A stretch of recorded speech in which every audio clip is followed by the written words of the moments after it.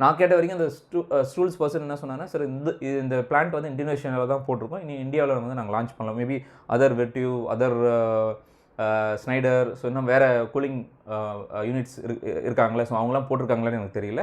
But stools வந்து இன்னும் இந்தியாவுக்குள்ளே நான் லான்ச் பண்ணல. பட் கண்டிப்பாக இதெல்லாம் ஃப்யூச்சரில் கண்டிப்பாக வந்து நம்மளுடைய இந்தியாவோட டேட்டா சென்டரில், சென்னை டேட்டா சென்டரில் கண்டிப்பாக இதை நம்ம பார்க்க முடியும்.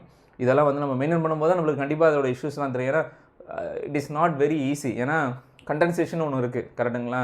அங்கே டிசைன் பண்ணும்போது அதெல்லாம் வந்து அந்த டியூ பாயிண்டெல்லாம் வந்து கன்சிடர் பண்ணி தான் எல்லாம் பண்ணியிருப்பாங்க. பட் ஸ்டில் நம்ம வந்து ஒரு சில சேலஞ்சஸ்லாம் நம்ம ஃபேஸ் பண்ணுவோம்.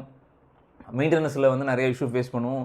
டேரெக்டாக உங்களுக்கு கூலண்ட் அங்கே ஐடி ஒரு ரேக் போகுது. ஸோ அதெல்லாம் ரொம்ப கேர்ஃபுல்லாக வந்து நிறைய ஒரு ஆப்ரேஷன் சேஞ்சஸ்லாம் நிறைய வரும். ஸோ நம்ம நிறைய பார்ப்போம். அதை நம்ம ஈஸியாக அதெல்லாமே நம்ம ஹேண்டில் பண்ண முடியும். But as a data center professional, data center manager, I mean we are data center professional, கரெக்டாக? ஸோ நம்ம